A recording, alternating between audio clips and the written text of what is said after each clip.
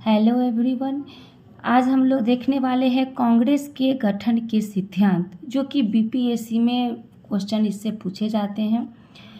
तो जो कांग्रेस के गठन के 3 सिद्धांत है। फर्स्ट है सुरक्षा कपट का सिद्धांत, दूसरा है षड्यंत्र का सिद्धांत और तीसरा है त्वरित चालक का सिद्धांत। तो सुरक्षा कपट के सिद्धांत के प्रतिपादक कौन थे? तो लाला लाजपत राय थे। ये क्वेश्चन पूछा जाता है कि सुरक्षा कपट का सिद्धांत के जन्मदाता कौन है? तो लाला लाजपत राय हैं। फिर षड्यंत्र के सिद्धांत के प्रतिपादक कौन है? तो रजनी पालमे दत्त, ये आपको याद करना होगा। और त्वरित चालक का सिद्धांत के प्रतिपादक कौन थे? तो गोपाल कृष्ण गोखले। ऐसे आपको इस सिद्धांत को इंग्लिश में भी पूछा जा सकता है। पूछ सकता है कि थ्योरी ऑफ सेफ्टी वॉल्व के प्रतिपादक कौन थे? तो इसके प्रतिपादक कौन हो जाएंगे? तो Lala Lajpat Rai. Theory of conspiracy के प्रतिपादक कौन थे? तो रजनी पालमे दत्त। और थ्योरी ऑफ लाइटनिंग कंडक्टर के प्रतिपादक कौन थे? तो गोपाल कृष्ण गोखले। आप ये ध्यान से सुनिएगा और ध्यान से वीडियो को देखिएगा ताकि आपको याद हो जाए। इससे बहुत सारे क्वेश्चन आपके एग्जाम से पूछने वाले हैं। कांग्रेस के गठन के उद्देश्य, तो ध्यान दीजिए कि कांग्रेस का जब गठन हुआ था तो उस कांग्रेस के गठन के उद्देश्य क्या थे? तो पहला उद्देश्य था कि आम जनमानस की समस्या, यहाँ पे समस्या होना चाहिए, आम जनमानस की समस्या का समाधान करना। दूसरा है अलग अलग प्रांतों के नेताओं को एकजुट करना। तीसरा है भारतीय एकता को स्थापित करना। और चौथा है अंग्रेजों और भारतीयों के बीच संबंधों को मधुर बनाना। अब देखिए इससे आपको क्वेश्चन कैसे पूछेंगे। पूछा जाएगा कि कांग्रेस के गठन के निम्नलिखित में से कौन से उद्देश्य नहीं थे। इसी में से कोई 3 उद्देश्य दे देगा और एक अलग से डाल देगा। तो ये 4 जो उद्देश्य हैं, चारों उद्देश्य आपके लिए बहुत ही इम्पोर्टेंट है, इसलिए आप ये चारों उद्देश्य को याद कर जाइएगा। नेक्स्ट है कांग्रेस से संबंधित कथन। तो कांग्रेस से संबंधित कुछ कथन है जो कि बीपीएससी में पूछे ही जाते हैं। फर्स्ट है कांग्रेस के लोग पदों के भूखे राजनीतिज्ञ हैं। ये किसने कहा था? तो ये कहे थे बंकिम चंद्र चटर्जी। नेक्स्ट है स्वतंत्रता के बाद कांग्रेस को समाप्त कर देना चाहिए। ये बात किसने कही थी? तो ये बात महात्मा गांधी ने कही। नेक्स्ट है कांग्रेस क्षय रोग से मरने ही वाली है। ये बात किसने कही थी? तो अरविंदो घोष ने। कांग्रेस भारत की सूक्ष्म अल्पसंख्यक जनता का प्रतिनिधित्व करती है। तो ये बात लॉर्ड डफरिन ने कही थी। आगे है कांग्रेस भविष्य की संसद का केंद्र है। ये बात द इंडियन मिरर ने कहा था। आगे है कांग्रेस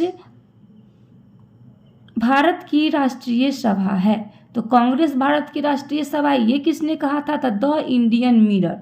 द इंडियन मिरर का कांग्रेस भविष्य की संसद का केंद्र है और कांग्रेस भारत की राष्ट्रीय सभा, ये दोनों बातें जो है द इंडियन मिरर ने कहा था। उसके बाद नेक्स्ट है कांग्रेस अपनी अंतिम सांसें गिन रही है। मेरी इच्छा है कि मेरे कालखंड में इसकी शांतिपूर्वक मृत्यु हो जाए। ये बात लॉर्ड कर्जन ने कही थी। ये भी आपको याद करना होगा। नेक्स्ट है कांग्रेस का जन्म ब्रिटिश शासन के दुश्मन के रूप में नहीं बल्कि दोस्त के रूप में हुआ है। ये बात किसने कही थी? तो ये बात कूपलैंड ने कही थी। इसके बाद नेक्स्ट है कांग्रेस का आंदोलन न तो लोगों के द्वारा प्रेरित था, न योजनाबद्ध था और न ही सोचा गया था। ये बात किसने कही थी? तो ये बात सर सैयद अहमद खान ने कही थी। तो यहाँ कुछ कांग्रेस से संबंधित कुछ कथन थे। ये सारे कथनों को आपको याद करना होगा। यहाँ आप फिगर देख रहे होंगे कि जब हमारा देश आज़ाद हुआ था तो आज़ादी से पहले भारत में कुल 11 प्रांत थे। एक था संयुक्त प्रांत, ये बिहार, फिर बंगाल प्रांत, असम प्रांत, उड़ीसा प्रांत, मद्रास प्रांत, उसके बाद में बॉम्बे प्रांत, मध्य प्रांत, पंजाब प्रांत, पश्चिमोत्तर प्रांत और सिंध प्रांत। तो आज़ादी से पहले टोटल भारत में कुल 11 प्रांत थे। और उन्हीं में से एक नाम आता है ए.ओ. ह्यूम का, जो कि ए.ओ. ह्यूम भारतीयों के प्रति काफ़ी उदार रहते थे। तो ए.ओ. ह्यूम से संबंधित भी कुछ क्वेश्चन बीपीएससी में पूछे जाते हैं। कांग्रेस का पिता किसे कहा जाता है?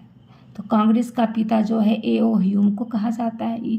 ए.ओ. ह्यूम कहाँ के रहने वाले थे? तो ये स्कॉटलैंड के निवासी थे। और जो ए.ओ. ह्यूम का संबंध भारतीयों से काफ़ी अच्छा था। और हर क्वेश्चन पूछा जाता है कि हर्मिट ऑफ शिमला किसे कहा जाता है? तो हर्मिट ऑफ शिमला जो है ए.ओ. ह्यूम को कहा जाता है। ये आपको याद रखना होगा। उसके बाद में है पीपल्स फ्रेंड किसे कहा जाता है? तो ए.ओ. ह्यूम को भी कहा जाता है। और भारत में पक्षी विज्ञान का जनक भी ए.ओ. ह्यूम को ही कहा जाता है। तो यहाँ आप ध्यान दीजिएगा कि हर्मिट ऑफ शिमला हो या फिर पीपल्स फ्रेंड हो या फिर भारत में पक्षी विज्ञान का जनक हो, ये और कांग्रेस का पिता, ये सारी चीज़ें किसे कहा जाता है? ए.ओ. ह्यूम को कहा जाता है। ए.ओ. ह्यूम जो थे ICS की परीक्षा उन्होंने पास की थी और वो ज्वाइन किए थे 1849 में और वो रिटायर किए थे 1882 में। उसके बाद जब वो भारत में आए तो भारत में आने के बाद उन्होंने यहाँ का भ्रमण किया और भ्रमण करने के बाद उन्हें लगा कि अब जो है हमारे भारत में कुछ गठन की आवश्यकता है।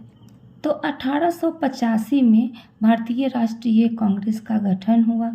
और भारतीय राष्ट्रीय कांग्रेस के गठन से पूर्व इसका नाम था भारतीय राष्ट्रीय संघ। जब भारतीय राष्ट्रीय कांग्रेस का प्रथम बैठक हुआ तो उसमें बिहार के कुल सदस्यों की संख्या 0 थी। ये क्वेश्चन पूछा जाता है कि बिहार से कुल कितने सदस्य शामिल हुए थे? तो 0। पंजाब प्रांत से कितने सदस्य शामिल हुए थे? तो 3। बॉम्बे प्रांत से तो 38, संयुक्त प्रांत से 7, बंगाल प्रांत से 3 और मद्रास प्रांत से 21। यानी कि सबसे ज़्यादा जो शामिल हुआ था वो बॉम्बे प्रांत से ही शामिल हुआ था। तो बीपीएससी में क्वेश्चन पूछा गया था कि आखिर बंगाल इतना बड़ा प्रांत होने के बावजूद इससे बंगाल से सिर्फ 3 सदस्य ही क्यों शामिल हुए थे? तो ये इसका कारण ये था कि उस समय बंगाल में सुरेंद्रनाथ बनर्जी ने इंडियन एसोसिएशन की स्थापना की थी और उसी समय इंडियन एसोसिएशन की बैठक जो है बंगाल में ही चल रही थी और सभी नेता कहाँ थे? तो बंगाल में शामिल थे। यही रीज़न था कि सुरेंद्रनाथ बनर्जी जो थे वो भारत के कांग्रेस के प्रथम अधिवेशन में उन्होंने शामिल नहीं हुए थे। तो ये भी क्वेश्चन पूछा जाता है कि कौन से ऐसे व्यक्ति थे जो कांग्रेस के अधिवेशन में शामिल नहीं हुए थे? तो सुरेंद्रनाथ बनर्जी जो थे कांग्रेस के प्रथम अधिवेशन में शामिल नहीं हुए थे। अब क्वेश्चन पूछा जा सकता है कि कांग्रेस की जो बैठक थी वो कब हुई थी? तो कांग्रेस की बैठक हुई थी 20 दिसंबर को और चली है ये पूरे 5 दिन, यानी कि 20 से 25 दिसंबर तक कांग्रेस की बैठक चली है और 26 दिसंबर को कुल 9 प्रस्ताव पेश किए गए। वो 9 प्रस्ताव थे क्या? तो ये जो 9 प्रस्ताव अंग्रेजों के समक्ष पेश किए गए उसमें से पहला था कि ये क्वेश्चन पूछा जा सकता है। ये जो 9 प्रस्ताव है वो 9 प्रस्ताव को आप लोगों को ध्यान में रखना होगा। भारतीय लोगों के द्वारा दिए गए कर के पैसे या व्यय की जांच हो, यानी कि जो भी भारतीय लोग टैक्स जो देते हैं उस पैसे की जांच की जाए। दूसरा, ब्रिटिश सैनिकों पर व्यय को 50% कम किया जाए, यानी कि जब ब्रिटिश सैनिक पे जो खर्च हो रहे हैं उसमें 50% की कमी की जाए। तीसरा, बर्मा पर अलग से शासन किया जाए। तीसरा, भारतीय को बजट बनाने में शामिल करे, यानी कि जब बजट बनाया जाए तो उसमें भारतीय को शामिल किया जाए, क्योंकि उस समय भारतीय को शामिल नहीं किया जाता था। और 5वां है इंडियन काउंसिल को भंग करे। इंडियन काउंसिल था क्या?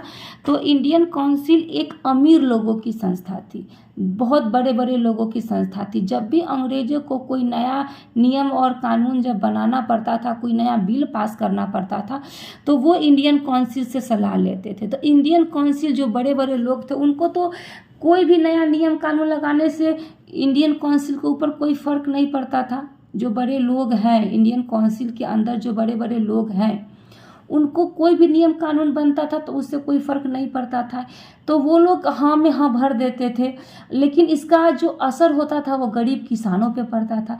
इसलिए कहा गया कि इंडियन काउंसिल को भंग किया जाए।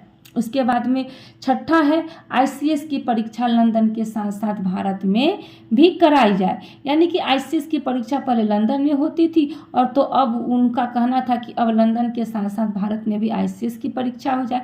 फिर आईसीएस की परीक्षा की अधिकतम आयु 19 वर्ष से बढ़ाकर 21 वर्ष कर दिया जाए। अंग्रेजों ने आईसीएस की परीक्षा की अधिकतम आयु 19 वर्ष कर दी थी, पहले था 21 वर्ष, तो 21 वर्ष से घटाकर 19 वर्ष कर दिया गया था। ये घटाकर कौन घटाया था 19 वर्ष? तो लॉर्ड लीटन घटाया था। फिर रिपन जब आया तो रिपन के समय जब कहा गया कि जो 19 वर्ष जो आईसीएस की परीक्षा है उसको बढ़ाकर 21 वर्ष कर दी जाए, तो ये भी बात रखी गई थी। नेक्स्ट प्रश्न 8 नंबर में, सभी प्रस्ताव जो पारित हुए हैं वे सभी प्रांतों के सभी राजनीतिक नेताओं को भेजा जाए ताकि वे इसका क्रियान्वयन सुनिश्चित कर सके। यानी कि जो 11 प्रांत हैं वो सभी 11 प्रांत में जो प्रस्ताव पेश हुए हैं वो सभी प्रस्ताव को भेजा जाए कि ये जो प्रस्ताव है वो लागू हो रहा है या नहीं। नेक्स्ट है, अगले वर्ष हम कलकत्ता में बैठक करेंगे। ये बहुत ही इम्पोर्टेंट है। ये उनका ये कहना था कि अगले वर्ष हो सके हम मिलेंगे या नहीं मिलेंगे, या फिर अंग्रेज की कोई नई साजिश तो नहीं हो जाए, जिसके कारण उन्होंने पहले ही कहा कि अगले वर्ष हम कलकत्ता में बैठक करेंगे। नेक्स्ट है दादा भाई नौरोजी। अब एक दादा भाई नौरोजी थे जिन्होंने 26 दिसंबर 1885 को एक प्रस्ताव पेश किया था। वो प्रस्ताव क्या था? तो नाम परिवर्तन। क्या चीज़ का नाम परिवर्तन था? तो जो भारतीय राष्ट्रीय पहले संघ था उस भारतीय राष्ट्रीय संघ का नाम भारतीय राष्ट्रीय कांग्रेस किसने रखा था? तो दादा भाई नौरोजी ने। ये क्वेश्चन पूछा जाता है कि भारतीय राष्ट्रीय संघ का नाम बदलकर भारतीय राष्ट्रीय कांग्रेस किसने रखा था? तो दादा भाई नौरोजी ने रखा था। ये क्वेश्चन ध्यान में रखिएगा। ये जो कांग्रेस शब्द है वो उत्तरी अमेरिका से लिया गया, ये भी पूछा जा सकता है, और उत्तरी अमेरिका से लिया गया है और इसका मतलब होता है लोगों का समूह, ये भी पूछा जा सकता है। नेक्स्ट है भारतीय राष्ट्रीय कांग्रेस की प्रथम बैठक। तो भारतीय राष्ट्रीय कांग्रेस का प्रथम बैठक कब हुआ था? तो 26 दिसंबर 1885 को भारतीय राष्ट्रीय कांग्रेस का प्रथम बैठक हुआ था और इसके पहले अध्यक्ष जो थे व्योमेश चंद्र बनर्जी को बनाया गया था और इसके सचिव बनाया गया था A.O. ह्यूम को। और ये कब तक सचिव रहे हैं? तो लगभग 21 वर्ष तक, यानी कि 1885 से 1906 तक ये सचिव रहे हैं कांग्रेस के। और एक और इसमें ये बात रखी गई कि अध्यक्ष उसी व्यक्ति को बनाया गया जो उस प्रांत का न हो। यानी कहने का मतलब ये है कि जिस प्रांत में बैठक आयोजित होगी उस प्रांत का व्यक्ति अध्यक्ष नहीं बन सकता है। ठीक है, इस बात को ध्यान में रखिएगा। नेक्स्ट है महत्वपूर्ण नेता। तो जो कांग्रेस के महत्वपूर्ण नेता जो कौन थे ये पूछा जा सकता है, क्वेश्चन पूछा जाता है बार बार एग्जाम में कि निम्नलिखित में से कौन कांग्रेस के महत्वपूर्ण नेता नहीं थे। तो इनमें से जो कुछ महत्वपूर्ण नेता हैं उनके नाम यहाँ लिखे गए। ये सभी नेताओं के नाम आप याद कर लीजिएगा।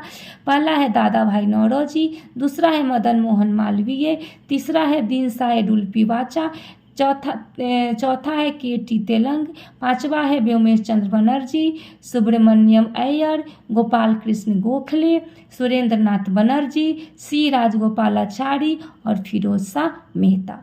तो ये कांग्रेस के कुछ महत्वपूर्ण नेता हैं। आप तो जानते हैं कि BPSC में कैसे क्वेश्चन पूछा जाता है। इसमें से दे देगा कि निम्नलिखित में से इसमें से कोई 4 में नाम रख देगा और बोलेगा कि इनमें से एक कोई नहीं और इनमें से एक से अधिक। तो आप सभी नाम को याद रखिएगा। तो बने रहिए हमारे साथ, मिलते हैं नेक्स्ट वीडियो में नेक्स्ट टॉपिक के साथ। धन्यवाद।